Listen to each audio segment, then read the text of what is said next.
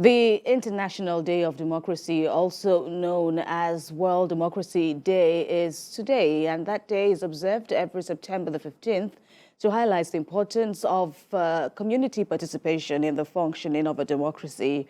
The day was established through a resolution passed by the United Nations General Assembly in 2007 to commemorate the event. The European Union launched a 39 million euro program to support democratic governance in Nigeria. This launch is the second phase of efforts to ensure transparent, inclusive, and credible elections in Nigeria. TVC News' Moyo Thomas reports. Nigeria's democracy has continued to receive support from the international community and organizations to ensure it remains strong. This is due to global consensus that it is crucial to ensuring the sustainability of democracy in West Africa and the continent at large. No doubt, democracy could help deliver a more prosperous and resilient country where the needs of the people are addressed if adequately managed and harnessed.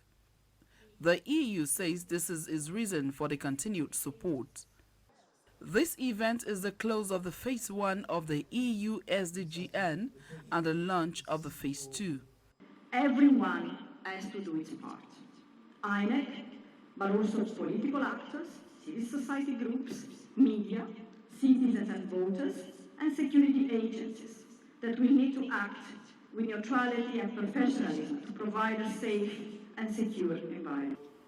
The Commission received various support, mainly in areas of training and capacity building for our staff, engagement with stakeholders, voter education and public enlargement, and the promotion of inclusivity. The effort of the Phase 2 will concentrate on gaps noted in the report of the 2019 election monitoring and observation exercise by the EU, especially on the need for collaboration and the role of the media. These key institutions or elements must complement one another. So where the Electoral Commission has legal challenges in terms of the framework, you would require the National Assembly to legislate in a manner that will make it quite easy to ensure the neutrality, of such, a very critical institution in electoral management in Nigeria. The Electoral Act mandates the media, especially government-owned media, to give what it calls, equal opportunity for all the political parties to talk about their programs.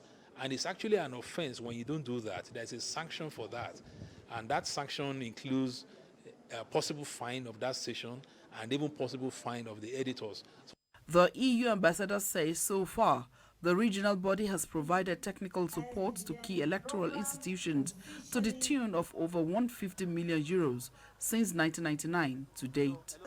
Moyo Thomas, TVC News, Abuja.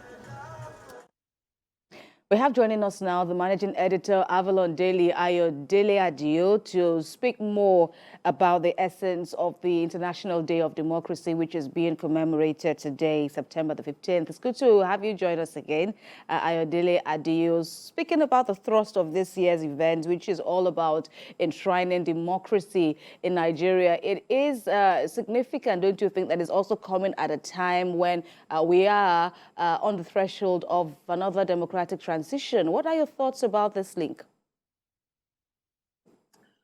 Well, first, I think it's important that we use this occasion to remind, public officials and Nigerians generally that we run a constitutional democracy and not a monarchy. Because it looks to me, like Nigerians forget that what we run in our country is a constitutional democracy.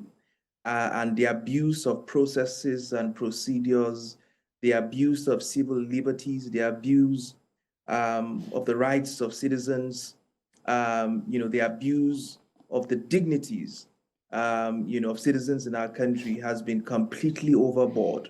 Whether it's police brutality, whether it's the electioneering process, it's being a source of concern in recent years. And it's good that we have a day to commemorate, what this democracy is all about, and to use this opportunity to educate the Nigerian people on the kind of constitutional democracy that they run, their rights under this kind of democracy, their duties on that democracy, and how they can hold government to account, in this democracy that we practice. So I hope that this important day is used to re-educate and reorientate Nigerians on the importance of democracy, and that the people in a democracy are supposed to be sovereign, because the powers in a democratic society are supposed to be aggregated to the people and not necessarily the state, as we have seen over time in Nigeria.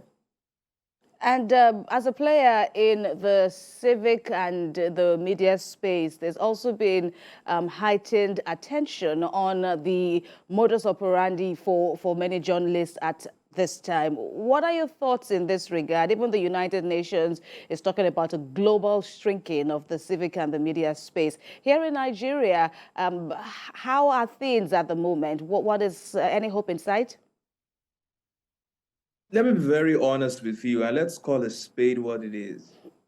I am embarrassed as a practitioner in both,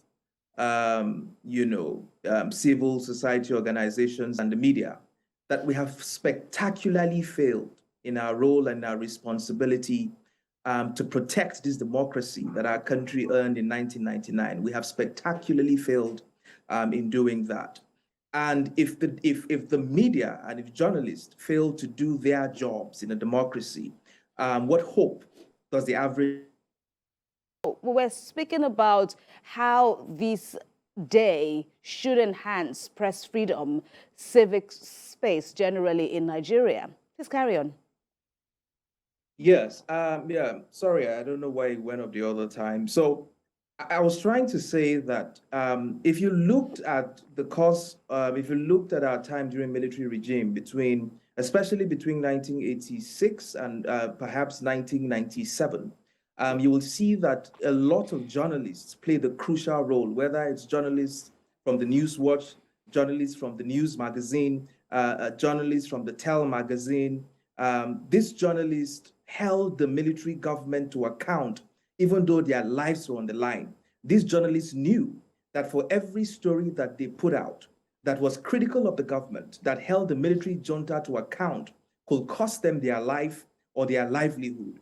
But yet, because of their belief and their passion and their ideology for a democratic society, they went ahead to hold the military junta to account. Unfortunately, we now live in a democratic society. We now live in a constitutional democracy. And yet, we do not see again journalists holding public officials to account when there is supposed to be freedom of information, freedom of speech, and freedom to be the fourth estate realm in our society. And it's very disappointing that this is happening, and even disappointing more so for civil society organizations, many of who, as I speak today, are in bed with government. You have civil society organizations who claim to be fighting for the civil rights of citizens in the morning, and they are politicians at night. It's an embarrassment to our democracy, and many of these things have to stop.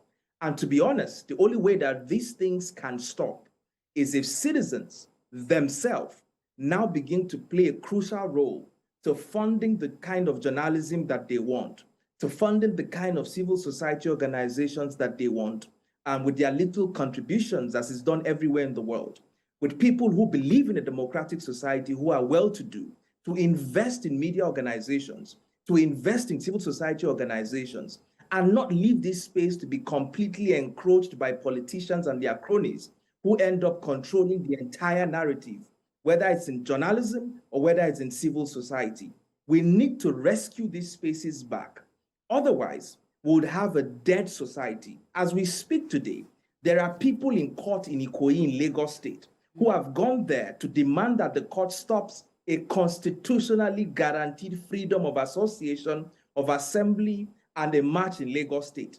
Now, these are the things that I talk about, that how have we come to a point in our country where we can flagrantly disregard constitutionally enshrined rights of citizens, and we do it so flagrantly that even the media organization also fail to ask questions of these individuals who dare to trample on the liberties of citizens. So until we get to that point, where first the citizens are educated on the kind of democracy privileges they have in our constitutional democracy, such that they are able to hold those in account.